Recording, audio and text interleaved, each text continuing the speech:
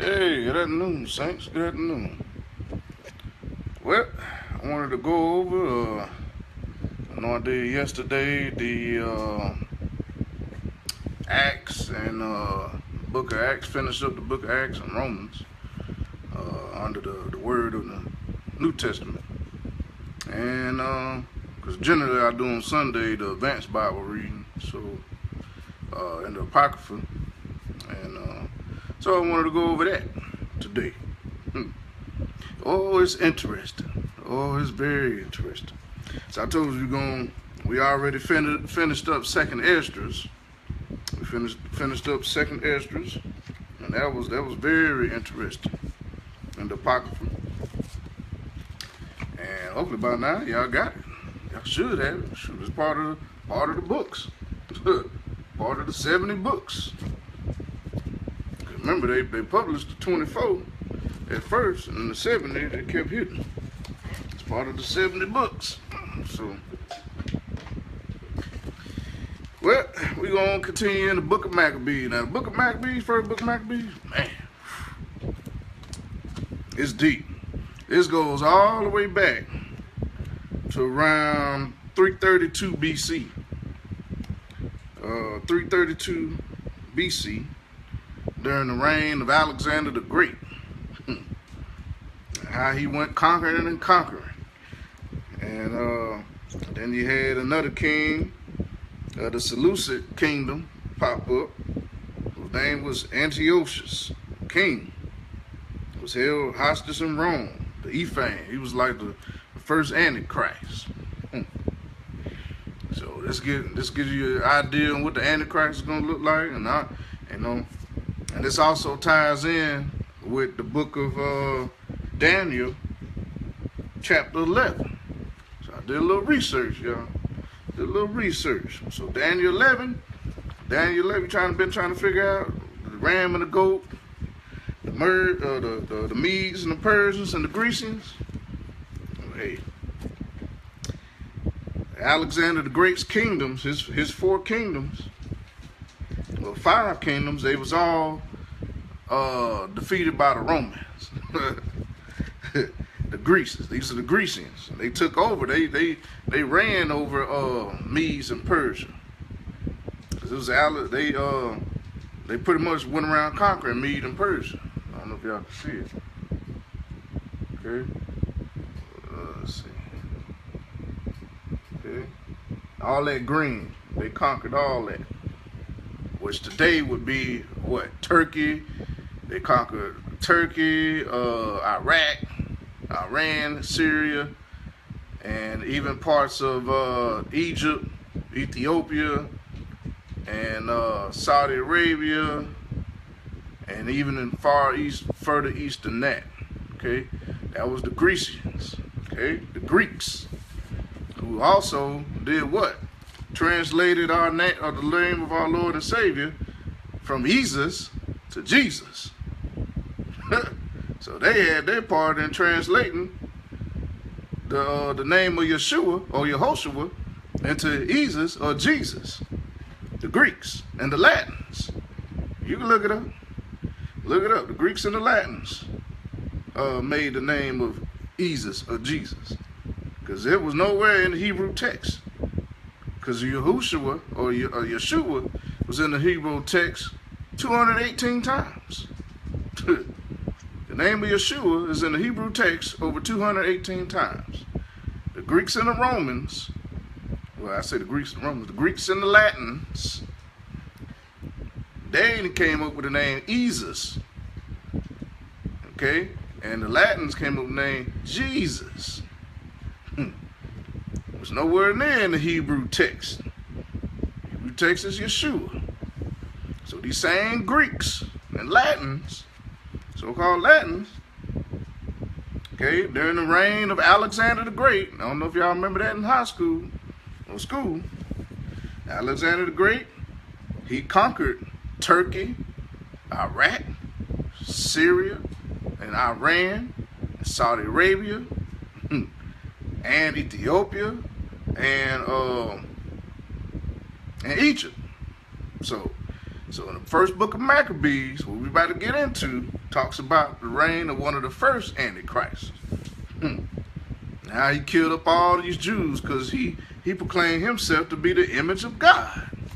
This old white demon, this Gentile. Because in the book of Maccabees, they call them Gentiles, the Greeks, the Romans. They call them Gentiles.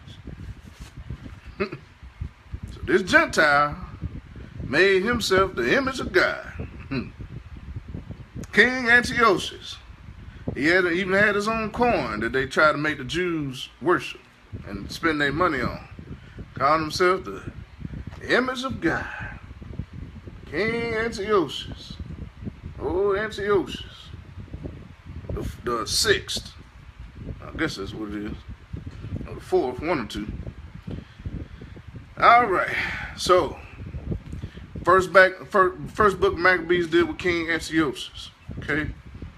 And he was a Greek, ancient Greek. Wasn't Hellenistic Greek, because during this time he was converting some of the Jews to the Hellenistic Jews.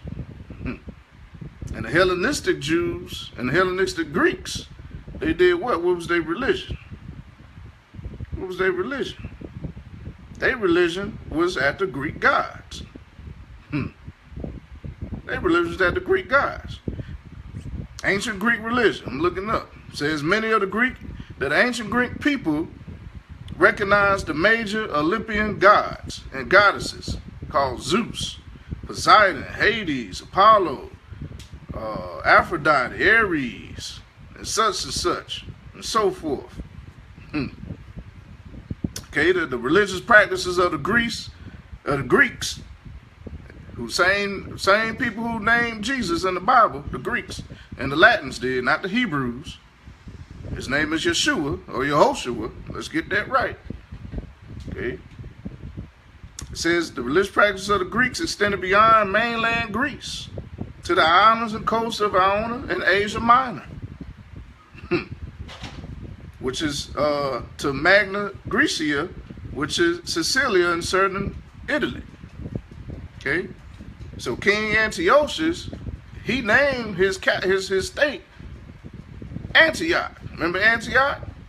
I said Antioch, Greece. It was after the king Antioch. They named Antioch after the king Antioch, where Paul and them went to go preach the gospel. And in Antioch, they first called them Christians because they was called what? Hebrew Jews at first. It was called Hebrew Jews at first. They was first called Christians because the Greeks did what? They worshipped the goddess Zeus along with the Hellenistic Jews. That's why in the book of Maccabees he killed the Jews, because they didn't want to worship the image of Zeus. They didn't want to worship the image of Zeus, who we call Jesus or Jesus. Come on, man. It's a shame, man. Y'all gotta do some history, man. Hey, these cats killed over 2,000 Jews. One of the first antichrists to walk the face of the earth, because they ain't want to worship the image of Zeus. Hey, but we about to get into it. But I wanted to share that. So, what were the four kingdoms? Let's go to Daniel. Daniel.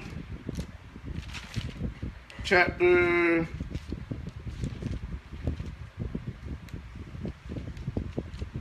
Actually, you can go to... So, the ram and the goat. So, let's find out who the ram and the goat is. Daniel chapter 8, verse 8. We're going to read about Daniel for a minute. It says, therefore, the he-goat waxed very great, and when he was strong, the great horn was broken, for it came up four notable ones toward the four winds of heaven. And out of them came forth a little horn, which waxed exceedingly great towards the south, and towards the east, and towards the pleasant land. The pleasant land meaning Zion. And it was waxed great, even the host of heaven, and it cast down some of the hosts of the stars to the ground, and stamped upon them. Yea, he magnified himself even to the prince of the host, and by him the daily sacrifice was taken away, and the place of sanctuary was cast down. He talking about this little horn that waxed great during the time was after the likeness of Antioch, or Antiochus. So that great horn. So verse 20 says, the ram which thou sawest having two horns are the kings of Media and Persia. Which I said, Media was the land of Turkey, Syria, and Iraq. Persia was the land of Iran, Saudi Arabia, and so forth. That's where we get the Sunnis and the Shiites. That's why we always squabble, because they was Medes and Persians. And then Alexander the Great with the Greeks went and conquered most of that land. But at the same time, they was fighting against who? Rome, who was trying to wipe them out, which did eventually wipe out each one of these kingdoms. It says, and though the rough goat is the king of Greece, and the great horn that is between his eyes is the first king. Great horn is the first king. The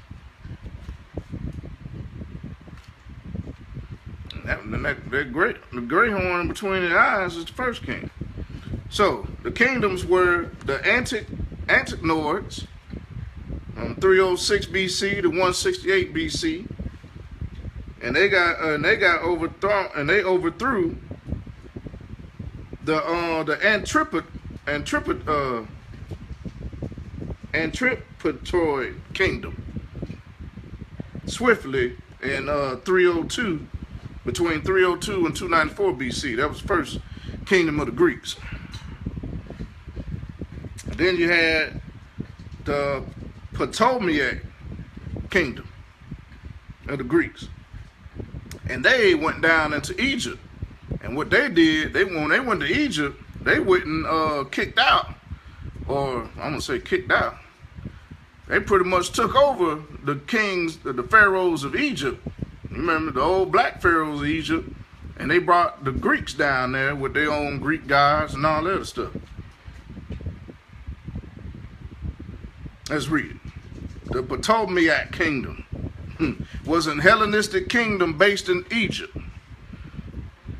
It was ruled by the Ptolemaic dynasty, which started the Ptolemy Soter's accession after the death of Alexander the Great in 323 BC, and which ended with the death of Cleopatra, remember her, and the Roman conquest in 30 BC. Okay, let's read what these cats went down here and did.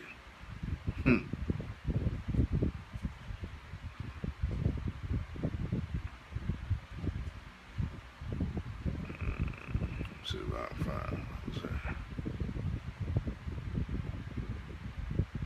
Alright, so the Ptolemaic Egypt, along with the Hellenistic states outside of Greek mainland after Alexander the Great, had its armies based on the Macedonian phalanx and featured Macedonian and native troops fighting side by side. We're talking about how they brought them. But anyway, that's them. Alright. So, when I said the Antipatroid dynasty, that the first dynasty I mentioned, was overthrown by the Antigonid dynasty. See, and the Antipatroid dynasty, I'll tell you, was a dynasty of the ancient Greek kingdoms of Macedonia, what we call Macedonia, founded by Cassander, the son of Antipater, who declared himself king of Macedon in 302 BC. The dynasty did not last long. It ended in 294 BC, getting overthrown. And then, so anyway, then after that you had the Seleucid kingdom, which was the Greek kingdoms after the death of Alexander the Great. Now, the Seleucid kingdom was the kingdom of King Antiochus. He was a Seleucid king. It said he was a king of the Seleucid Empire from 175 BC until his death in 164 BC. That's who he was. The persecution of the Jews says Seleucid. The Seleucids, like the Ptolemies before them, had a mild suzerainty over Judea. And they respected Jewish culture and protected Jewish institutions. This policy was drastically reversed by Antiochus, resulting in harsh persecutions and a revolt against his rule, the Maccabean revolt. According to the authors of the book of Maccabees, while Antiochus was busy in Egypt, a rumor spread that he had been killed. And in Judea, the deposed high priest Jason gathered a force of 1,000 soldiers and made a surprise attack on the city of Jerusalem. And Menelaus, the high priest appointed by Antiochus, was forced to flee Jerusalem during the riot. And King Antiochus returned from Egypt in 167 BC, enraged by his defeat, and he attacked Jerusalem and restored Menelaus, then executed many Jews. So that's what we're about to get into in the book of Maccabees.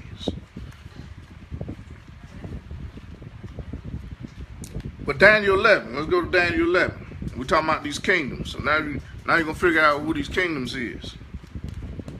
Because I know they say we know that the Persians and the Medes are who?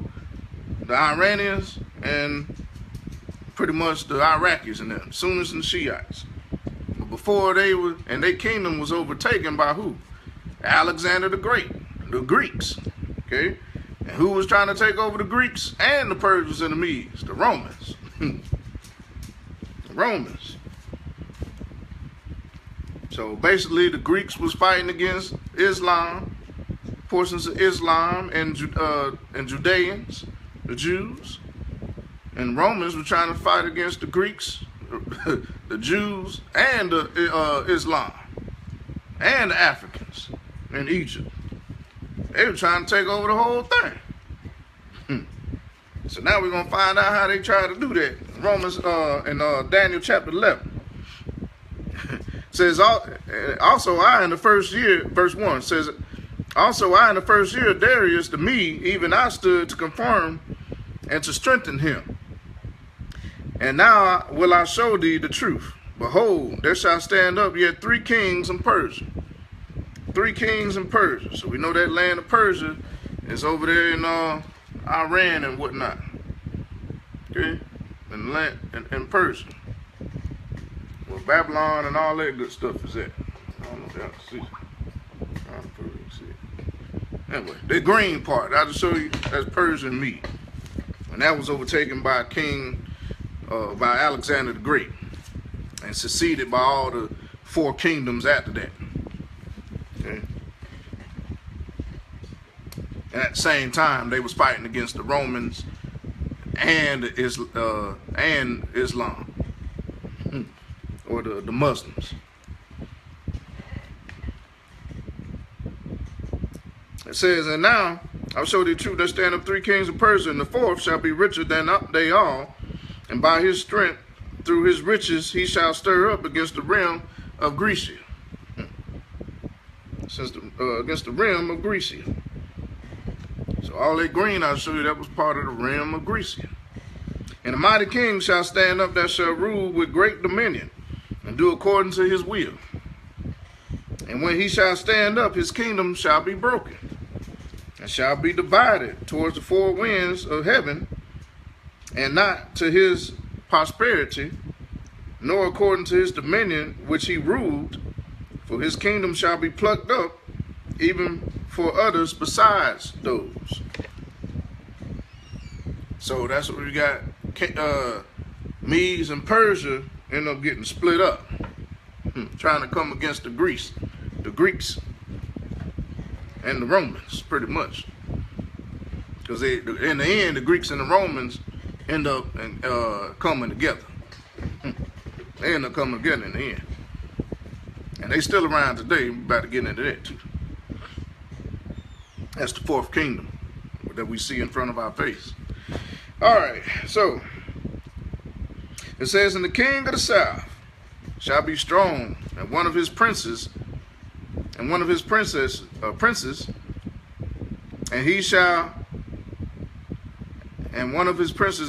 be strong above him, and have dominion. His dominion shall be a great dominion. So at this time, we ain't talking about the Muslims. We ain't talking about the Sunnis or Shiites right now. Because what happened? He said you should stand up, and the kingdom shall be broken, shall be divided. So pretty much the Muslims and stuff, they got shut down. They tried to run up on the Greeks, and the Greeks put that thing on them. So now we talking about the Greeks. We're talking about the Greeks right now, and the Romans, and then eventually the Muslims, they're gonna try to stand back up again. But we will read on. So so it says, and the princes shall be strong above him, and have dominion. His dominion shall be a great dominion. Okay. So that kingdom he talking about, the king of the south, that first kingdom that was taken over by the Greeks, was the Antigonoid, the first kingdom, Antigonoid. Because remember, it said the Antigonoid overthrew the anti-Petroid kingdom in 302, between 302 and 294 BC. So that was his prince. That was one of his princes. Okay, because it was his son that overthrew him. That was his son that overthrew him. That's why he said one of his princes, one of his prince. I mean his son. So his son Antigonoid, who ran the kingdom from 306 BC to 168 BC, overthrew his father, pretty much the father king, which was anti-Petroid kingdom. So that's what that's talking about. It says his dominion shall be a great dominion. So that was the first kingdom of the beast. Now we getting ready, and here's why I said the Greeks and the Romans gonna come together. Verse 6. It says, in the end of the years, after all this is over, in the end of years, they shall join themselves together. For the king's daughter of the south shall come to the king of the north to make an agreement. But she shall not retain the power of the arm. She shall not obtain the power of the arm. Neither shall he stand, nor his arm. Okay? So the king of the north to the Grecians was Rome, who was wiping their behind out, who overthrew each one of these kingdoms. Okay? Because Rome overthrew the Antigonoid kingdom in 168 BC. So he's saying, it says so the daughter of the south should come to the king of the north to make an agreement, in which they did. They made an agreement. But she shall not retain the power of the arm, neither shall he stand, nor his arm, but shall be given up, and they that brought her, and he that begat her, and he that strengthened her in these times. So basically what he's saying is, what the word was trying to say is, once the Greeks and the Romans came together, they once they came together, the Greeks no longer really ruled Persia and Mede no more. Greeks ain't ruled Persia and Mede no more. All that was getting conquered by the Romans. But then we had what after that? Then you had, had the Muslims rise back up and pretty much take over their land, but they did what? He's saying, neither shall they stand nor his arm, but shall be given up. And they that brought her, and he that begat her. So who begat her? These was original, what y'all call the Sunnis and the Shiites that begat her, Medes and Persia. Medes and Persia, the originals of Medes and Persia was the what y'all call the Muslims, the Sunnis and the Shiites that begat her, and they that brought her was the Greeks. It says, and he that strengthened her in these times.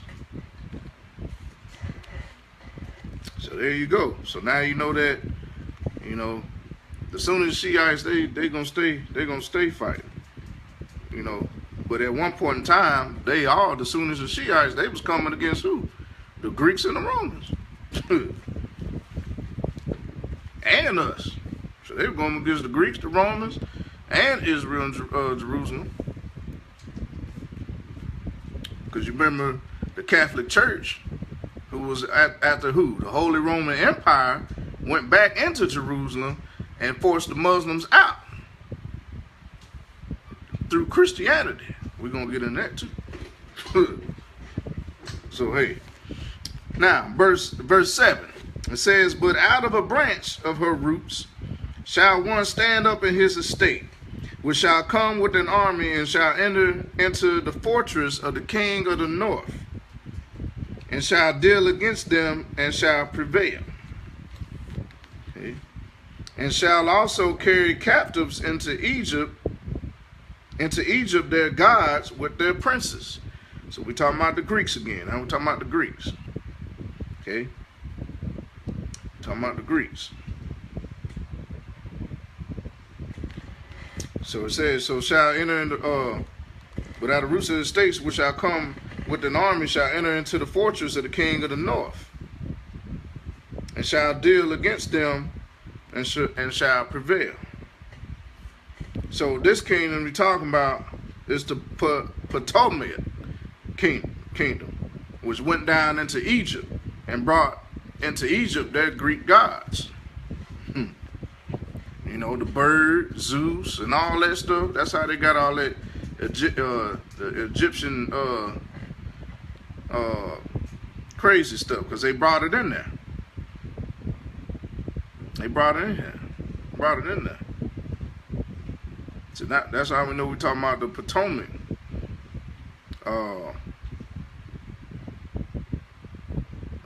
The Potomac, kingdom.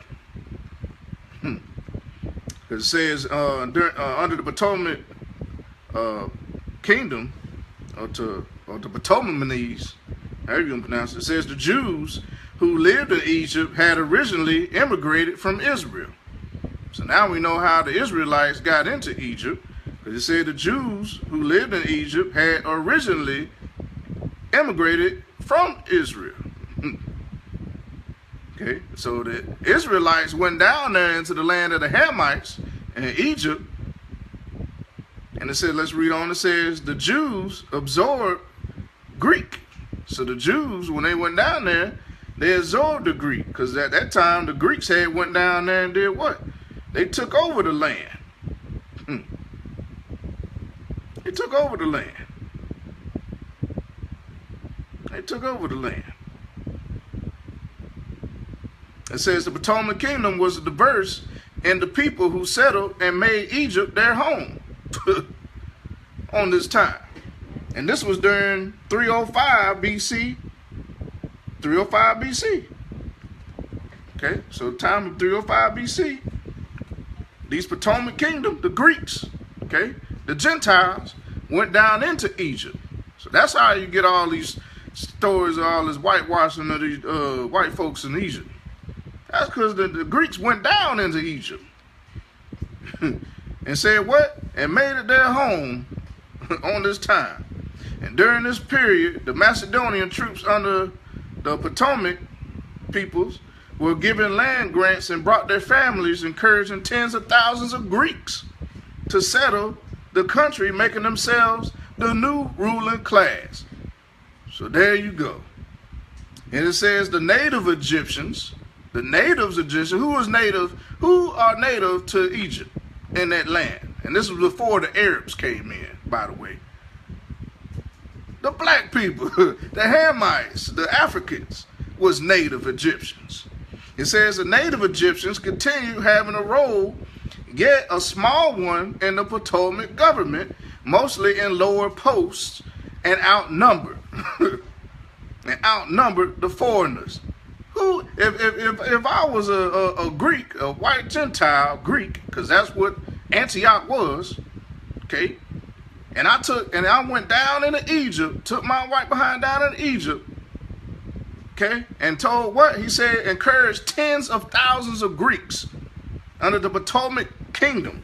This was the second kingdom of the beast we talking about, okay? It says, were given land grants and brought their families, encouraged tens of thousands of Greeks to settle the country, making themselves the new ruling class of Egypt, okay? But the native Egyptians continue to have a role, yet a small one, in the Ptolemaic government, mostly in the lower posts, and outnumbered the foreigners. They outnumbered the foreigners. All them Africans down there, they outnumbered the foreigners. During the reign of Ptolemaic pharaohs, many Jews were imported from neighboring Judea. So that's how you find the Israelites in Egypt. They was imported by the thousands, it says, for being renowned fighters and established an important presence there.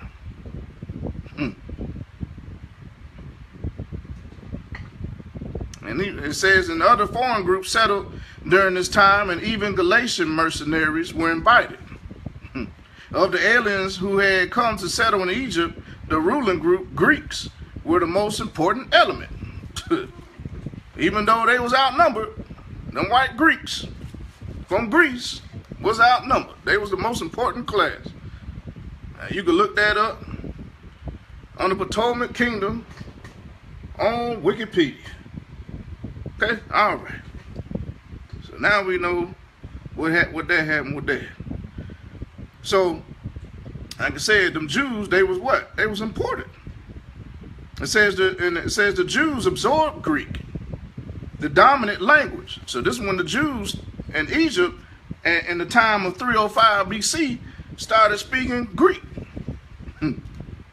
It says the dominant language of Egypt at the time, while heavily mixing it with Hebrew.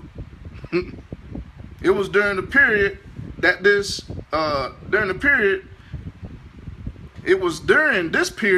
the Septuagint, the Greek translation of the Jewish scriptures, which are the 70 books that we talked about in the second Esdras, appeared.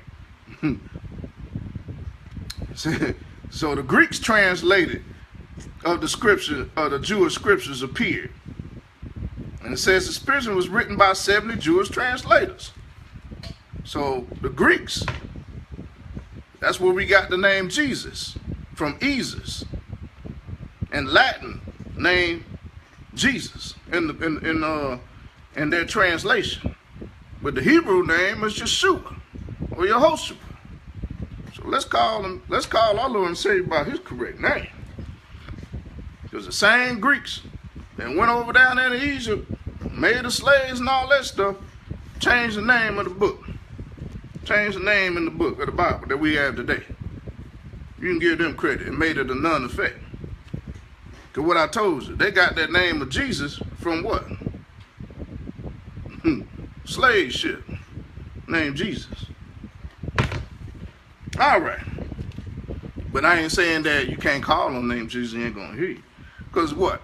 Because it ain't as much as the name, it's about your circumcised heart. Because the Lord searched out your circumcised heart. So even in our ignorance, and not even calling out and praying to his name right, he still hears us because of our circumcised heart towards him. So, just have to make sure you know that. All right, so let's continue in Daniel 11. We're talking about these kingdoms. So the first kingdom was overthrown by the son, which he said, one of the princes, he shall be strong above him and have dominion. His dominion shall be a great dominion. We're talking about these Greek kingdoms. Okay. It says, but out of and the next one we're talking about was the kingdom of the Potomac, what we're just talking about now. In Daniel chapter 11, verse 7. But out of the branch of her root shall one stand up in his estate, which shall come with an army, and shall enter into the fortress, the king of the north. King of the north, and shall deal against them, and shall prevail. And shall also carry captives into Egypt their gods. So what we just, did I just say that? They brought their gods down there, the Greeks. It was the Greek kingdom of the Potomac brought their gods down into Egypt with their princes, and with their precious vessels of silver and of gold, and shall continue more years than the king of the north. Shall continue more years than the king of the north. The king of the north of the Greeks was who? Rome, who defeated each one of these kingdoms and incorporated all their religious ideology into their Roman Empire, in which they absorbed Christianity into their religious beliefs. So they incorporated Christianity, the Romans incorporated Christianity with the Greek gods. All in one. We're going to read that too. So, it says, so the king of the south shall come into his kingdom, and shall return into his own land, but the sun shall be stirred up, and shall assemble a multitude of great forces, and one shall certainly come and overflow and pass through them. Then shall he return and be stirred up even to his fortress. That was, we're still talking about the same one. It says, and when he have taken away the multitude of his heart, shall be lifted up, and shall cast down many 10,000s.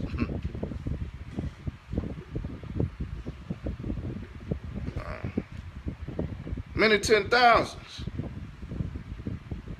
It says, but he shall not be strengthened by it. For the king of the north shall return, and shall set forth a multitude greater than the former, and shall certainly come after certain years with a great army and with much riches. You still got a frozen screen? Mine's all right.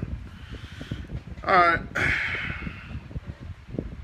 And it says, and in those times there shall many stand up against the king of the south, also robbers of thy people, robbers of the Israelites, because remember they had brought them into Egypt. So he's saying, and shall stand up, and even robbers of thy people, and shall exalt themselves to establish division. But they shall fall. So the king of the north shall come and cast up a mountain, take the most fenced cities, and the arms of the south shall not withstand, neither his chosen people, neither shall there be any strength to withstand. But he that cometh against him shall do according to his own will, and none shall stand before him. Now we're talking about this next king, this next kingdom, the Seleucid. This is King Antiochus.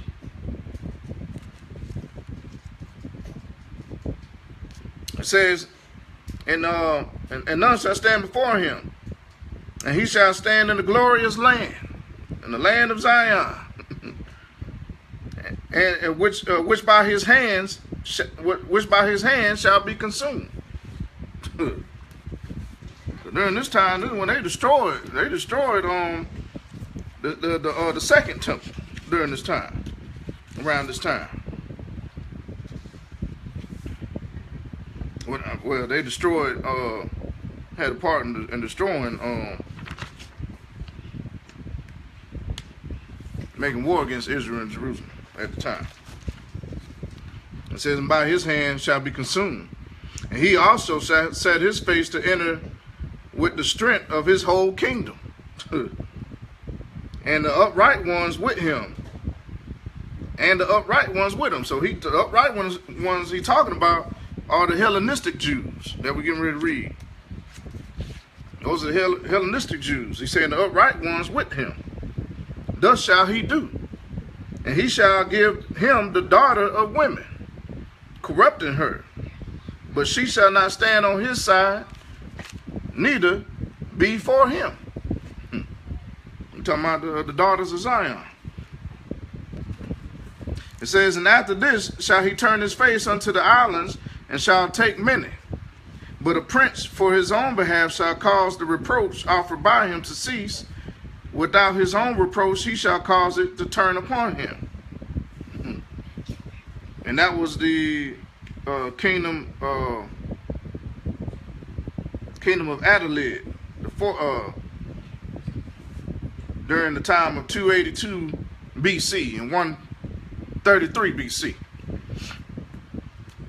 It says, then he shall turn his face toward the fort of his own land, and he shall stumble and fall and not be found.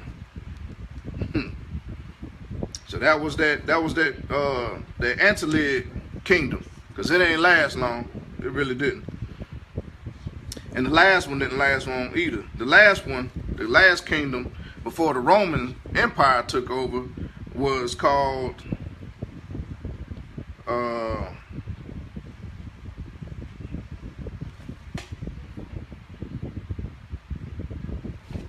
Perseus. Perseus, that's what it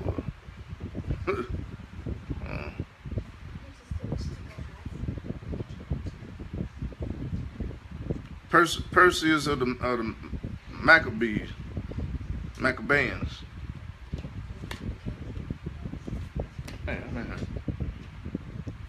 So it didn't last long. It says, and they lasted from, they didn't last that long. I had it right here. Well, this last kingdom, that was Perseus of Maccabees. It says, and then shall stand up in his estate a raiser of taxes and the glory of the kingdom, but within a few days he shall be destroyed. So that's what happened to Perseus of Maccabees. That was the last kingdom of the four kingdoms of Alexander the Great. Of Alexander the Great. Now it says, and in his estate, it says, and then shall stand up in his estate a raiser of taxes and the glory of the kingdom, but within a few days he shall be destroyed, neither in anger nor in battle. So he didn't fight against the Romans. He was having a family feud. He ended up getting killed. He ain't really last that long. He was Perseus of Maccabees, and that was the end of him. So each one of these kingdoms, Rome conquered them. Rome conquered these kingdoms and became the Roman Empire, or the Roman Holy Republic. Okay, from 27 BC until today, which is under the guise of Christianity, under the pompous of Rome, or the Roman Catholics. All right, so that's the fourth kingdom you be looking for. You can continue on reading that, but I'm gonna get in the book of Maccabees. So you're looking for that fourth kingdom. That fourth kingdom is the kingdom of Rome. Kingdom of Rome. Because a deadly wound has been healed. That deadly wound that been healed was between the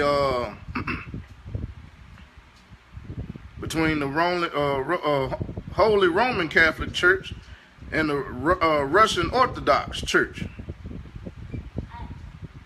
It says the western and eastern branches of Christianity split nearly 1,000 years ago. There you go. That deadly wound been healed already. Now you see the pontiff and all that. And and that was in February of this year. The same man right here, the Pope, or the Holy Roman Catholic Church,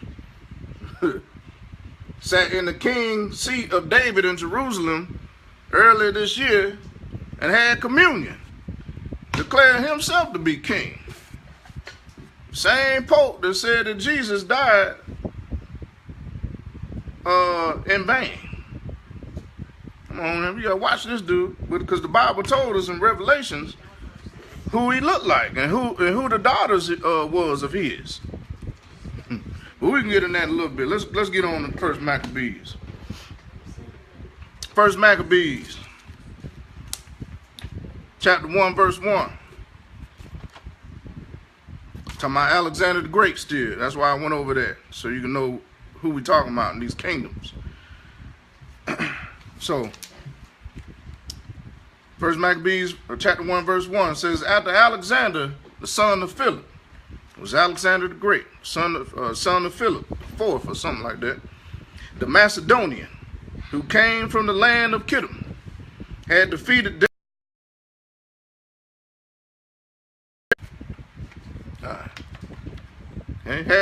Darius, king of the Persians and the Medes. There go the Persians and the Medes again. Had defeated Darius, king of the Persians and the Medes. He succeeded him as king. He had previously become king of Greece. He fought many battles, conquered strongholds, and put to death the kings of the earth. And he advanced to the ends of the earth and plundered many nations. And when the earth became quiet before him, he was exalted and his heart was lifted up. And he gathered a very strong army and ruled over countries, nations, and princes, and they became tributary to him. And after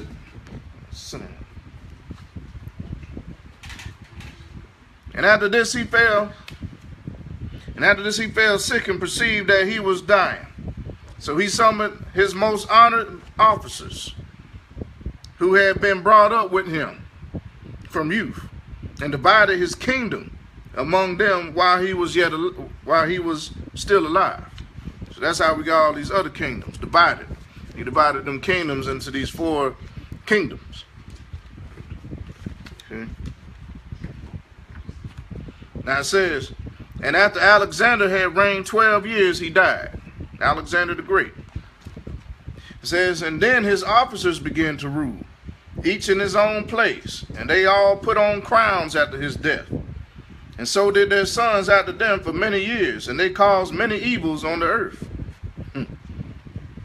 Many evils on the earth. And from them came forth a sinful root. Antiochus, Epiphanes, son of Antiochus the king. So this King Antiochus, the fourth, or the I think it's the fourth. Yeah, he reigned from 175 BC to 167 BC, and he was the Seleucid king we was talking about, the kings of the Seleucids. And it says, and he had been a hostage in Rome. He was a hostage of Rome. And he began to reign in the 137th year of the kingdom of the Greeks. And in those days, lawless men came forth from Israel and misled many, saying, let us go and make a covenant with the Gentiles round about us, for since we separated from them, many evils have come upon us. It says, this proposal pleased them. So you had some of the Jews go and try to make what? A covenant with the Gentiles. With King Antiochus. This dude like the Antichrist. It says, this proposal pleased them. And some of them eagerly went to the king. He authorized them to observe the ordinance of the Gentiles. What? He authorized them to observe the ordinance of the Gentiles. Not the Jews, but of the Gentiles. It says, so they built a gymnasium. Remember them gymnasium, the old stadiums? It says they built a gymnasium in Jerusalem according to the Gentile custom. So remember you see them pictures in Rome with them big old stadiums where they used to, you know, if y'all seen Spartacus and all that, when they were fighting them slaves to the death, that's what they did. built one in Jerusalem, it says, according to the Gentile custom, and removed the marks of circumcision, and abandoned the holy covenant. And they joined with the Gentiles and sold themselves to do evil. It says, and when Antiochus saw that his kingdom was established, he determined to become king of the land of Egypt. It says that he might reign over both kingdoms. So he wanted to reign over Jerusalem and Egypt. So he invaded Egypt with the strong force, with chariots and elephants and cavalry, and with the large fleet. So his coins, if you look up on Wikipedia, you can see that King Antiochus made a bunch of coins. And on his coins, it was the images of a two-horned horse, okay, and elephants. So this is where we get this. We're talking about these elephants, these chariots and elephants and cavalry. It says he engaged Ptolemy, that kingdom, Ptolemy, or Ptolemy, however you want to pronounce it, that kingdom that was down in Egypt at the time. So he engaged the Ptolemy kingdom in Egypt in battle, and Ptolemy turned and fled before him, and many were wounded and fell. And they captured the fortified cities in the land of Egypt, and he plundered the land of Egypt. And it says, and after subduing Egypt, Antiochus returned in the 143rd year. So 143 BC, pretty much. So in 143rd year. And he went up against Israel and came to Jerusalem with a strong force. It says, and he arrogantly entered the sanctuary and took the golden altar, the lampstand for the light, and all its utensils. And he took also the table for the bread of the presence, the cups for the drink offerings, the bowls, the golden censers, the curtain, the crowns, and the gold decoration on the front of the temple. He stripped it all off. He went in and destroyed the temple. It says he took the silver and gold and the costly vessels. And he also took the hidden treasures which he found, taking them all. He departed to his own land. He committed deeds of murder and spoke with great arrogance. It says Israel, verse 25 says, Israel mourned deeply in every community. The rulers and elders groaned. Maidens and young men became faint. The beauty of women faded. Every bridegroom took up the lament, and she who sat in the bridal chamber was mourning. Even the land shook for its inhabitants, and all the house of Jacob was clothed with shame. 2 years later, the king sent to the cities of Judah a chief collector of tribute, and he came to Jerusalem with a large force. And deceitfully he spoke peaceable words to them, and they believed him. But he suddenly fell upon the city, dealt it a severe blow, and destroyed many people of Israel. Wow. It says he plundered the city and burned it with fire, and tore down its houses and its surrounding walls. And they took captive the women and children and seized the cattle. As we said, when we were talking about Daniel, we were talking about he didn't, it says, which by his hand he consumed it. He consumed the land. When he went down into the land in Israel. Hey. It says on every side of the sanctuary they shed innocent blood. They even defiled the sanctuary. Verse 38, because of them the residents of Jerusalem fled, she becoming a dwelling of strangers. She became strange to her offspring.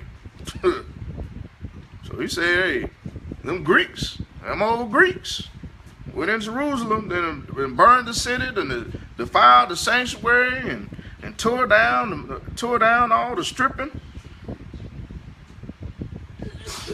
and became a dwelling of strangers. So that's how you know the land. That's when the Bible says that the land is still desolate. It don't mean it ain't people over there. Those are strangers. Those are strangers that's over there right now.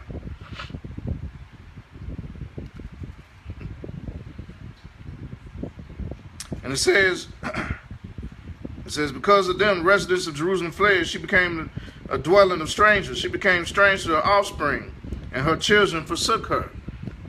The children of Israel forsook her. Her sanctuary became desolate as a desert. Her feast was turned into mourning. Her Sabbaths into a reproach.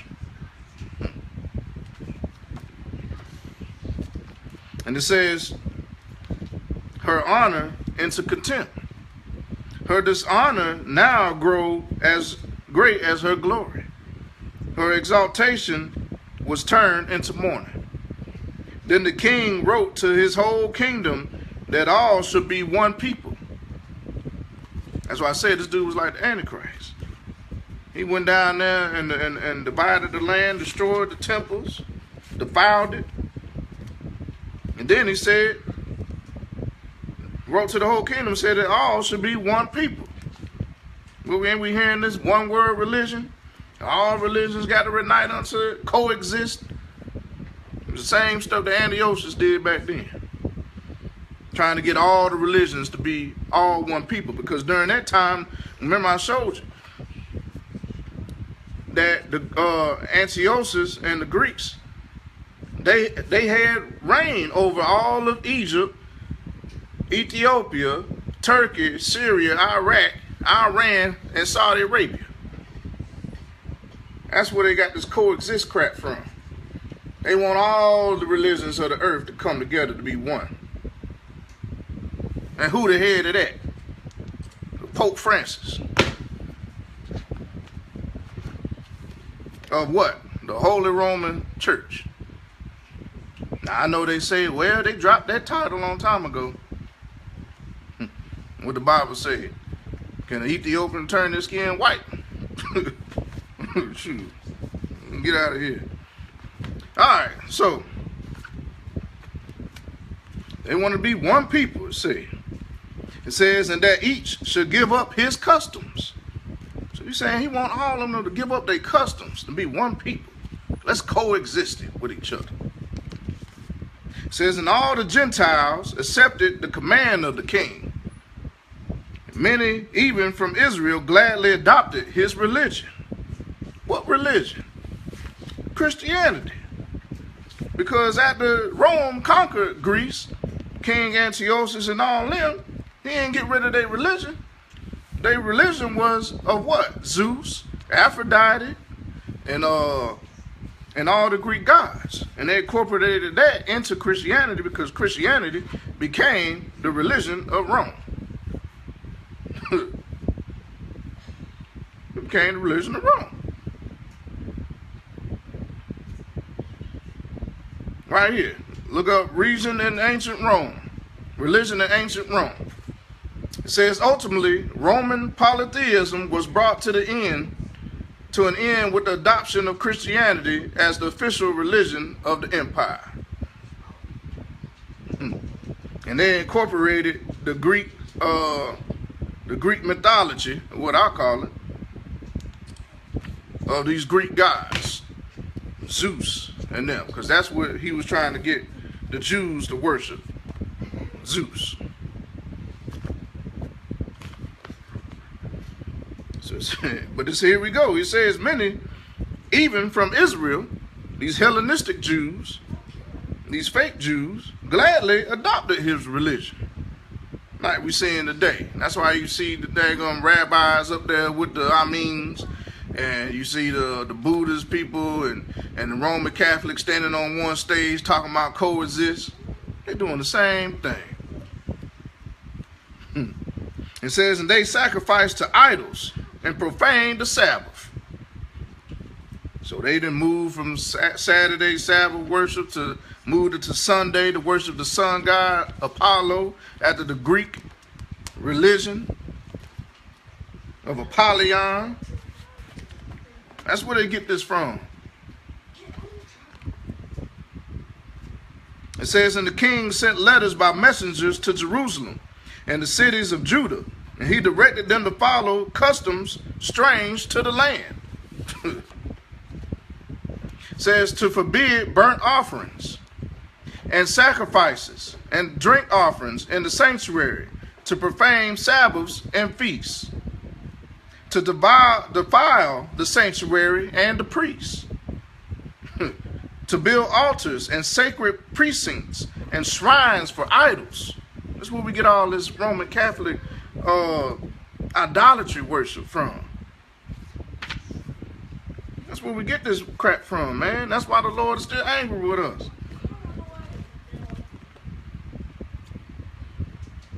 It says to sacrifice swine, to sacrifice pig and unclean animals, and to leave their sons uncircumcised. And they were to make themselves abominable by everything unclean and profane, so that they should forget the law and change all their ordinances. And whosoever does not obey the command of the king shall die. It says, in such words he wrote to his whole kingdom. And he appointed inspectors over all the people and commanded the cities of Judah to offer sacrifice city by city. Many of the people, everyone who forsook the law, joined them, and they did evil in the land. What they did, they went to the image of the beast. They went and bowed and worshiped the image of the beast in the name of the beast, or the first beast. You remember the beast from the sea? And the second beast from the earth was given power to make them worship the first beast.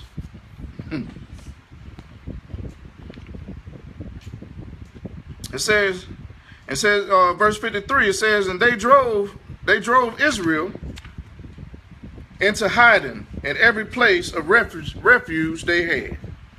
Now on the 15th day of Chislev, in the 145th year, they erected a desolating sacrilege upon the altar, and burnt a desolating sacrilege upon the altar of burnt offering.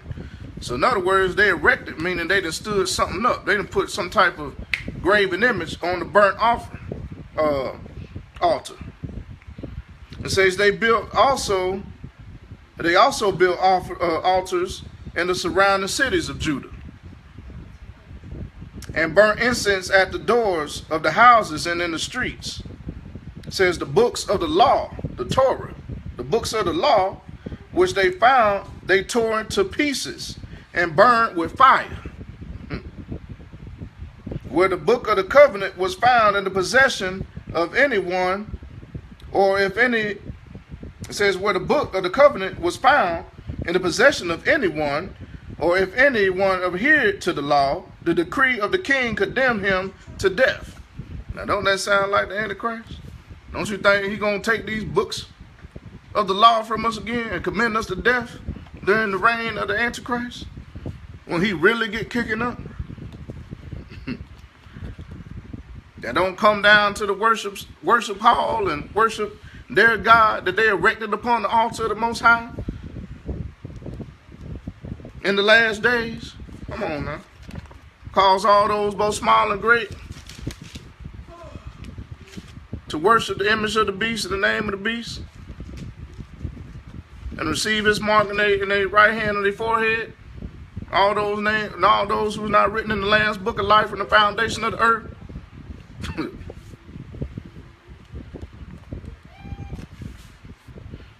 Verse 57, verse 58, it says they kept using violence against Israel, against those found month after month in the cities.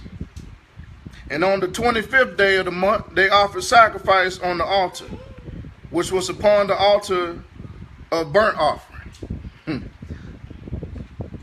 It says, according to the decree, they put to death the women who had their children circumcised, and their families, and those who circumcised them. And they hung the infants from their mothers' necks. Man. Wasn't that the same thing they did to us when they brought us on the slave ship? And turned the women upside down and hung the infants from their mother's neck, strangled them from their umbilical cord. I'm just saying.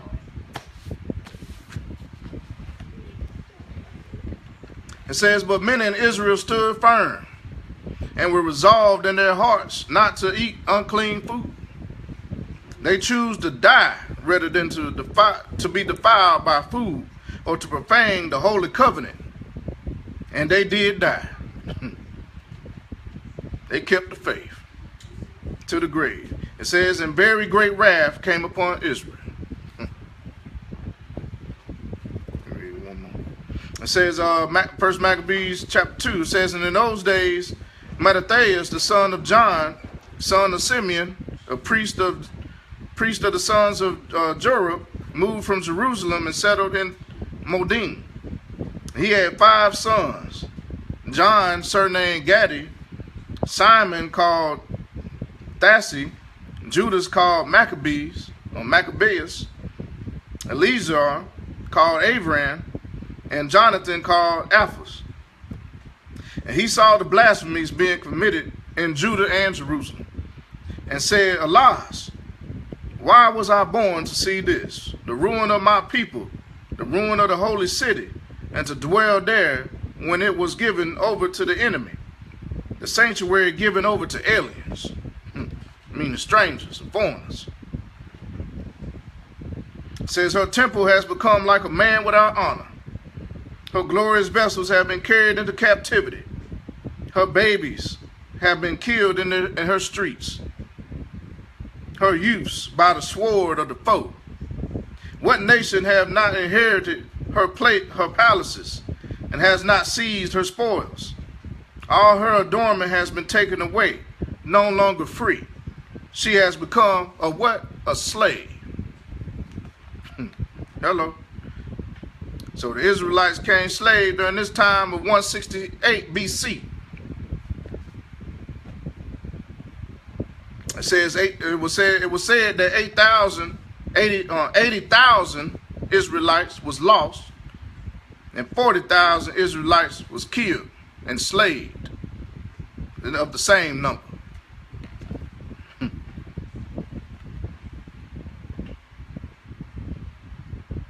That's a lot of people, y'all. That's a lot of people. That's a lot of brothers and sisters right there. It says, in verse 12, it says, and behold, our holy place, our beauty, and our glory have been laid waste. The Gentiles have profaned it. Why should we live any longer? And Mattathias and his sons rent their clothes, put on sackcloth, and mourn greatly. Then the king officers who were enforcing the apostasy came to the city of Modin to make them offer sacrifice. So they came to make them offer sacrifice. It says, many from Israel came to them, and Mattathias and his sons were assembled. Verse 17 says, then the king officers spoke to Mattathias as follows. You are a leader, honored, and great in this city, and supported by sons and brothers. Now be the first to come and do what the king commands, as all the Gentiles and the men of Judah and those that are left in Jerusalem have done. Then you and your sons will be numbered among the friends of the king. And you and your sons will be honored with silver and gold and many gifts. Just like they're doing today. All my black people selling out for some silver and gold. and for riches and wealth. Sellouts. Started off Christians in the church, praise the Most High. As soon as they get a record deal, a basketball scholarship, or anything else, they sold out for riches and gold and turned into straight demons.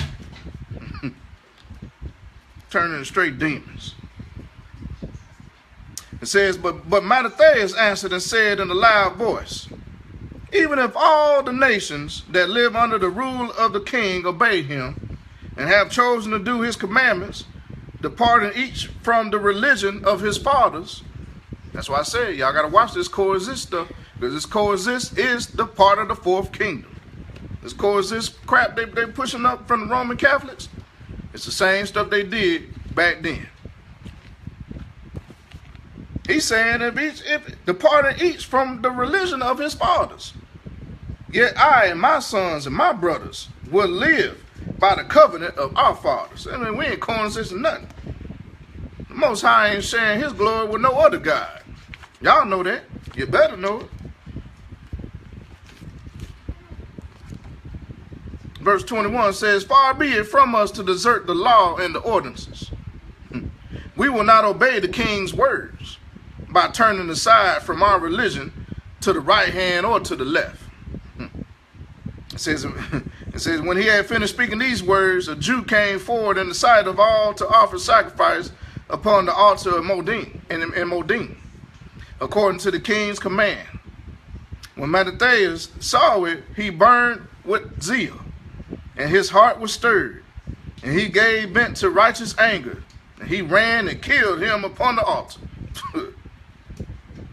Hey, well, this book right here about some soldiers, boy. Well, some soldiers that stood up for the Most High during this time. It says, and at the same time, he killed the king's officer who was forcing them to sacrifice, and he tore down the altar. He killed him and tore down the altar. It says, thus he burned with zeal for the law, with joy for the law. And Phinehas did against Zimri, the son of Selu. Then Mattathias cried out in the city with a loud voice, saying, let everyone who is zealous for the law and support the covenant come out with me. And he said, and it says, verse 28, it says, and he and his sons fled to the hills and left all that they had in the city. Then many who were seeking righteousness and justice went down to the wilderness to dwell there. They and their sons, their wives, and their cattle, because evils pressed heavily upon them. And it was reported to the king's officers and to the troops in Jerusalem, the city of David, that men who had rejected the king's command had gone down to the hiding places in the wilderness. It says, many pursued them and overtook them. They encamped opposite them and prepared for battle against them on the Sabbath day. And they said to them, enough of this. Come out and do what the king commands, and you will live. But they said, we will not come out, nor will we do what the king commands, and so profane the Sabbath day. Then the enemy hastened to attack them. But they did not answer them or hurl a stone at them or block up their hiding places. For they said, let us all die in our innocence. Heaven and earth testify for us that you are killing us unjustly. So they attacked them on the Sabbath day, and they died, and with their wives and children and cattle, to the number of 1,000 persons.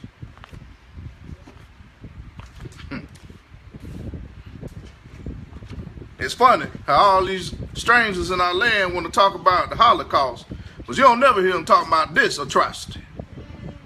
Why? Because half of them sucked up and made a covenant with the Gentiles. That's why. And had a hand in getting their fellow brothers killed. Come on now. Verse 39 says, when Mattathias and his friends learned of it, they mourned for them deeply. And each said to his neighbor, if we all do as our brethren have done and refuse to fight with the Gentiles for our lives and for our ordinances, they will quickly destroy us from the earth.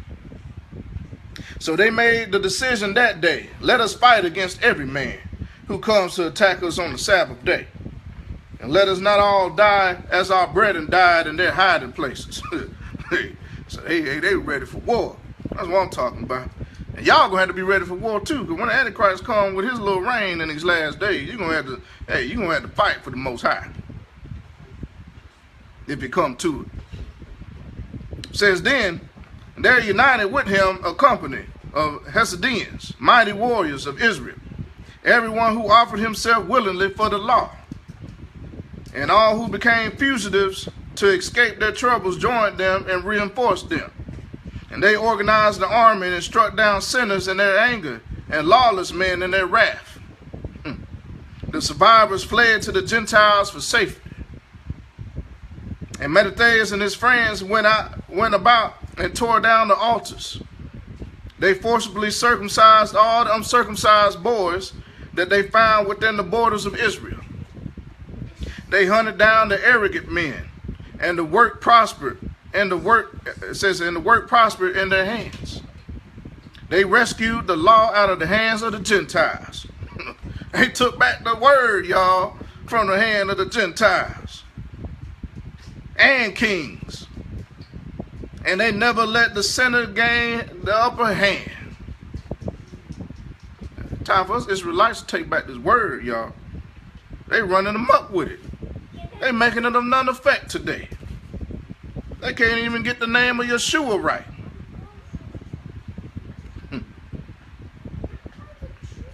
Said, now the days drew near for Maccabees to die. And he said to his sons, arrogance and reproach have now become strong.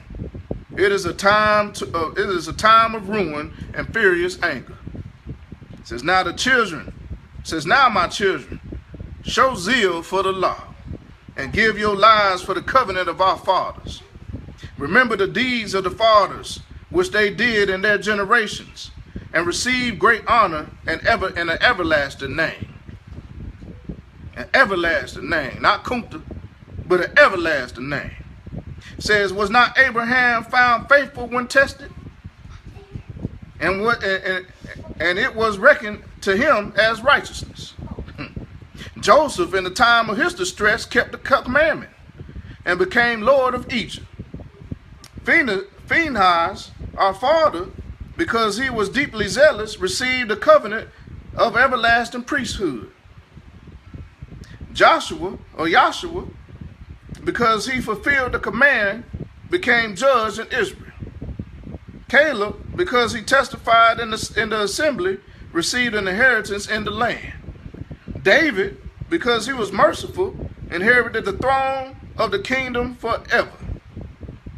Elijah, because of the great zeal for the law, was taken up into heaven. Hananiah, Azariah, and Mishael believed and were saved from the flame. They're saying, who? We ain't talking about, what's his name, Meshach, and the Billy Goat. His name was Hananiah, Azariah, and Mishael. And they were saved from the flame. It says, and Daniel, because of his innocence, was delivered from the mouth of the lions. And so observed from generation to generation that none who put their trust in him will lack strength. Do not fear the words of a sinner, for his splendor will turn into dung and worms.